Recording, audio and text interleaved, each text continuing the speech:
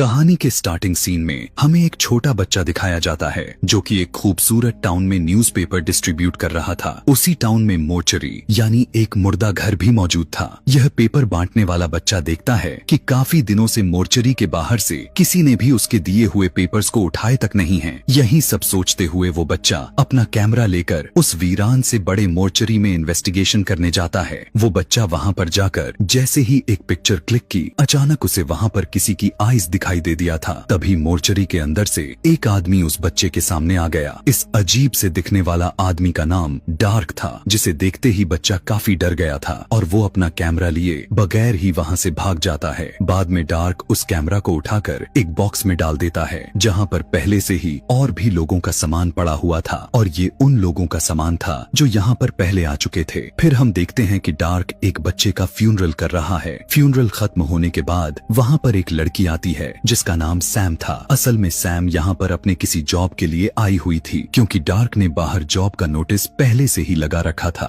इसके बाद Sam mortuary यानी मुर्दा घर की क्रिपी सी तरह तरह के कलेक्शन देखती है। उन्हीं कलेक्शन में कुछ किताबें भी रखी गई थीं, जिसे देखकर सैम उसकी तरफ अट्रैक्ट हुए जा रही थी और काफी इम्प्रेस भी हो रही थी। डार्क बताने लग गया कि इन बुक्स में मरे हुए लोगों की स्टोरीज हैं, जिस पर सैम कहती है कि तो फिर मुझे कोई स्टोरी सुनाइए और सभी स्टोरीज हॉरर के साथ साथ इंटरेस्टिंग भी होनी चाहिए। इसके बाद यहाँ से डार्क उसे पहली स्टोरी सुनाने लग गया। यह कहानी है 1950 की, जहाँ पर हम एक लड़की को देखते हैं जो कि पार्टी के दौरान वॉशरूम जाने लग गई और जब वो लड़की जैसे ही लाइट्स को जलाया तब उसी टाइम उसके हाथ पर अजीब तरह के लिक्विड लग जाता है। यहाँ पर हमें पता चलता है कि असल में वो लड़की चोर थी जो कि वॉशरूम के बहाने यहाँ आई हुई थी। उसने पार्टी में आने वाले बहुत सारे लोगों के वॉलेट्स चुराए थे, जिसमें से कैश निकालकर अपने पास रख लेती है और वॉलेट्स को डस्टबिन में फेंक देती है। वहीं पर उसने किसी की एक काफी महंगी घड़ी भी चुरा ली थी, लेकिन उसी दौरान उसे कबर्ड में से किसी की आवाजें सुनाई देने लग गईं। वो उस डोर को ओपन करने की काफी कोशिश करने लग गई, लेकिन बहुत ही कोशिश के बाद वो दरवाजा खुल जाता है और जैसे ही वो दरवाजा खोलती है तो वो काफी बुरी तरह से डर जाती है क्योंकि उस कबर्ड में एक काफी डरावने खतरनाक तरह के मॉन्स्टर को कैद करके रखा गया था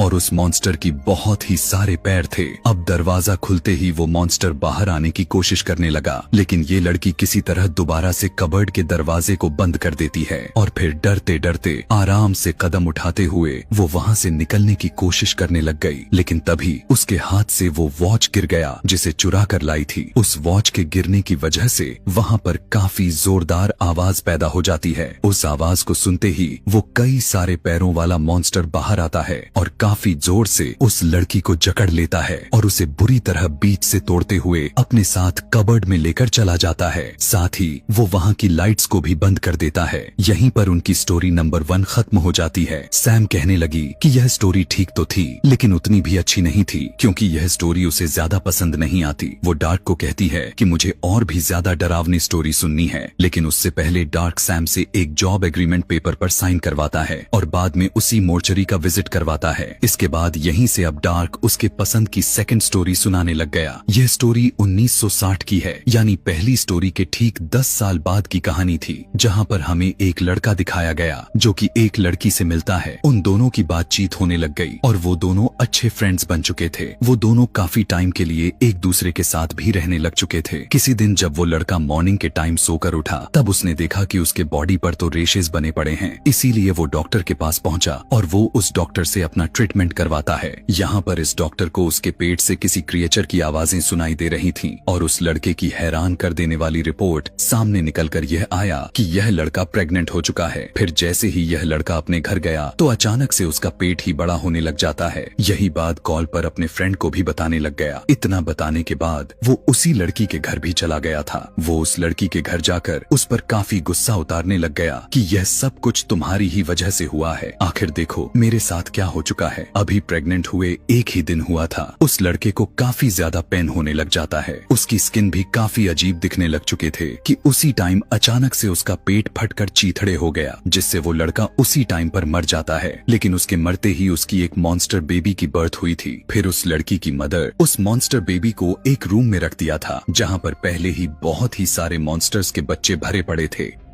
डार्क की सुनाई गई यह वाली स्टोरी काफी अच्छी और काफी इंटरेस्टिंग लगी थी, क्योंकि यह कहानी डरावनी के साथ साथ काफी सस्पेंस से भरा पड़ा था। फिर डार्क सैम को एक बेसमेंट में लेकर चला गया, जहाँ पर वो सैम को एक लड़की की डेड बॉडी दिखाया और उसी लड़की की स्टोरी सैम को सुनाने लग गया। और यह वाली स्टोरी साल 1970 की है, यानी यह भी पिछले स्टोरी के ठीक 10 साल बाद की कहानी है, जहाँ पर हम एक कपल को देखते हैं जो हस्बैंड वाइफ अपने मैरिड लाइफ में काफी खुश दिखाई दे रहे थे। उनमें से जो हस्बैंड था वो अपने वाइफ से बहुत ही ज्यादा प्यार करता था, लेकिन शादी के फौरन ही बाद वो लड़की मेंटली डिसेबल हो चुकी थी। उस लेडी का हस्बैंड अपने वाइफ को पूरी तरह से ठीक करने के लिए जी जान लगा देता है, उसका काफी ख्याल रखा करता था, लेकिन उसकी तबीयत में जरा सा भी प्रभाव नहीं पड़ रहा था। इसी को लेकर अब उसका हस्बैंड काफी दुखी होने लग चुका था और काफी टेंशन लेने लग चुका था। फिर वो एक रात अपने वाइफ को ठीक करने के लिए उसके साथ कैंडल लाइट डिनर करता है, लेकिन उस आदमी की वाइफ ना तो कुछ बोल रही थी और ना ही कुछ खा पी रही थी, यहाँ तक कि उसने मूव करना छोड़ दिया था। उसकी हालत को देखते हुए वो अपने वाइफ को एक अजीब तरह के स्टेच्यू गिफ्ट करता है, साथ ही वो खाने में अपनी मेडिसिन का ओवरडोज दे देता है, क्योंकि ऐसा करने के लिए उसे डॉक्टर ने ही कहा हुआ था। वजह यह था कि वो उसके वाइफ को दर्द भरी इस बोरिंग सी जिंदगी से आजादी देना चाहते थे। अब उस लेडी का हस्बैंड इस तरह के काम करना तो नहीं चाहता था, लेकिन फिर ना चाहते हुए भी इसे ऐसा करना पड़ गया। लेकिन ठीक उसी टाइम पर उस लेडी का हाथ मूव करने लग जाता है और वो अपने हस्बैंड का हाथ पकड़ लेती है। अपने धर्म पत्नी को मूव करता हुआ देखकर उसका हस्बैंड उसे वॉमिटिंग कराने लग गया, क्योंकि ओवरडोज की वजह से उसकी मौत हो सकती थी। लेकिन तभी उसकी वाइफ का सर टेबल से लगा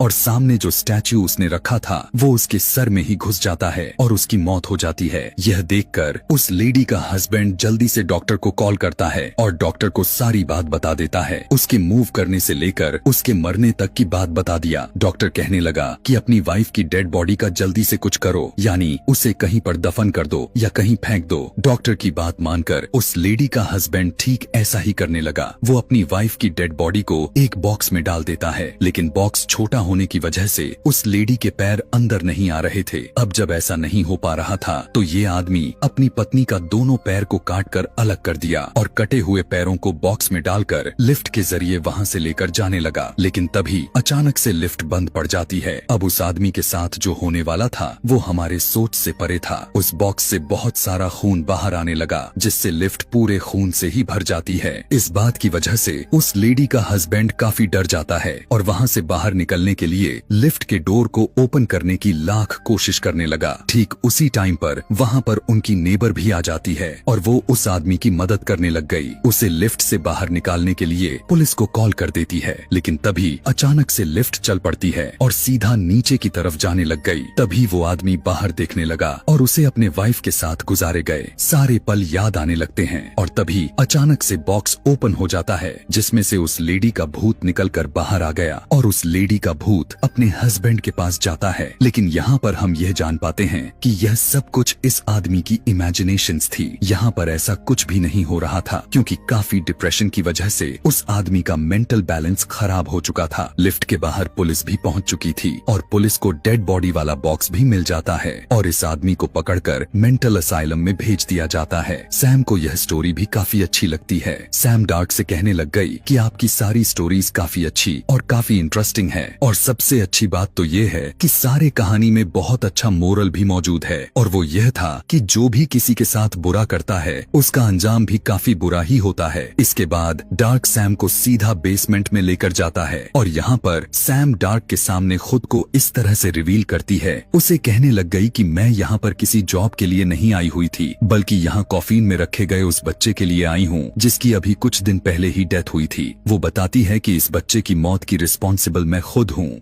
यहाँ पर सैम डार्क को अपनी स्टोरी सुनाने लग गई, कहने लग गई कि मैं इस बच्चे की बेबी सिटर थी और उस दिन उस बच्चे की पेरेंट्स घर पर नहीं थे और उन्होंने सैम के लिए एक वॉइस मैसेज छोड़ा हुआ था कि अगर सैम को भूख लगे तो वो कुछ भी बनाकर खा सकती है। जहाँ पर सैम बड़ी मजे से मीट यानी गोश्त बना रही थी, लेकिन तभी टीवी पर यह न्यूज दिखाई गई कि मेंटल असाइलम से कुछ पेशेंट निकलकर भाग चुके हैं और तभी उसी घर में सैम को एक इंजर्ड आदमी नजर आता है। सैम उस आदमी की हेल्प करती है। लेकिन जब वो यह न्यूज सुनती है तो उसे उस आदमी पर शक होने लग गया था कि कहीं ये मेंटल असाइलम से भागकर तो नहीं आया, और इसीलिए वो उस आदमी का हाथ मीट ग्राइंडर में डालकर काफी बुरी तरह से ग्राइंड कर देती है। और वहाँ पर सैम और उस आदमी के बीच काफी तगड़ी फाइट शुरू हो जाती है, और इस फाइट की वजह से सैम बेहोश हो जाती है। उसके बेहोश होते ही वो आदमी उस बच्चे की रूम में जाने लगा था, लेकिन तभी सैम को होश आ गया और वो उसके ऊपर कूदकर चढ़ जाती है। रोकने के चक्कर में सैम और उस आदमी के बीच एक बार फिर से घमासान फाइट होने लग जाती है। इसी फाइट के दौरान आदमी स्टेयर से नीचे गिर जाता है। तभी वहाँ पर सैम आ जाती है और उस आदमी से कहने लगी कि तुम स्टूपिड हो, तुम्हारी वजह से मेरा डिनर खराब हो गया। यह कहने के बाद वो उस आदमी के सर पर टीवी ही उठाकर जोर से मारती है, जिससे उसका सर क्रश हो जाता है। फिर थोड़ी देर गुजर जाने के बाद उस बच्चे की पेरेंट्स वहाँ पर आ जाते हैं, जो उस मरे हुए आदमी को देखकर काफी शॉक्ड में आ चुके थे। वो डरने लग गए थे क्योंकि वो आदमी कोई और नहीं बल्कि उन्हीं के बच्चे का बेबीसिटर था, और सैम उस बच्चे की बेबीसिटर तो थी ही नहीं बल्कि सैम तो एक मेंटल पेशेंट थी, और ये उन्हीं में से एक थी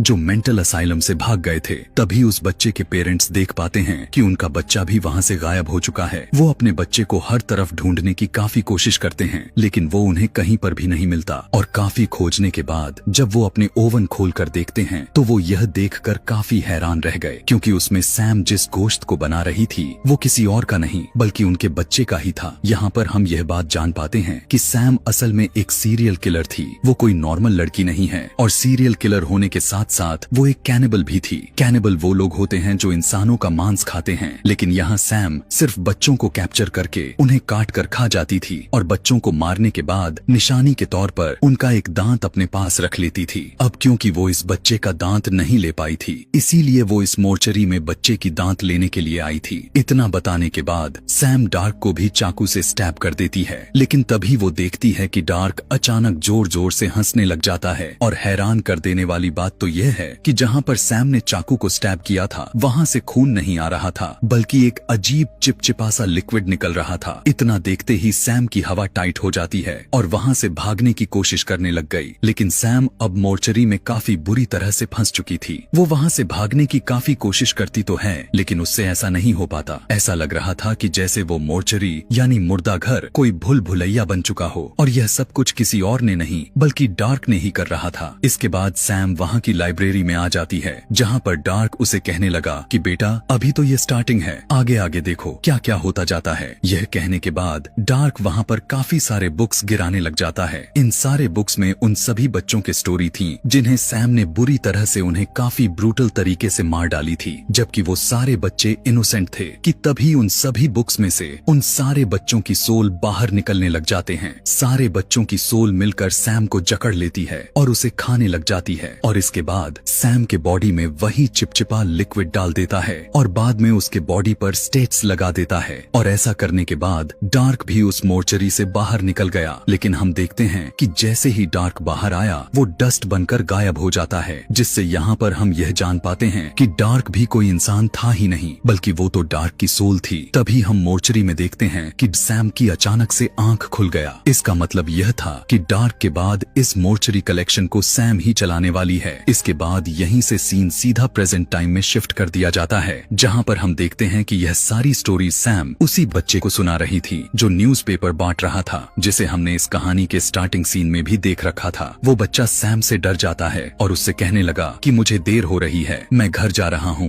जिस पर सैम उससे कहने लगी कि इतनी जल्दी भी क्या है, मुझे अभी तो डिनर भी बनाना है और हमने मिलकर डिनर करना है। और सैम के ऐसा कहते ही यह कहानी यहीं पर खत्म हो जाती है। इसी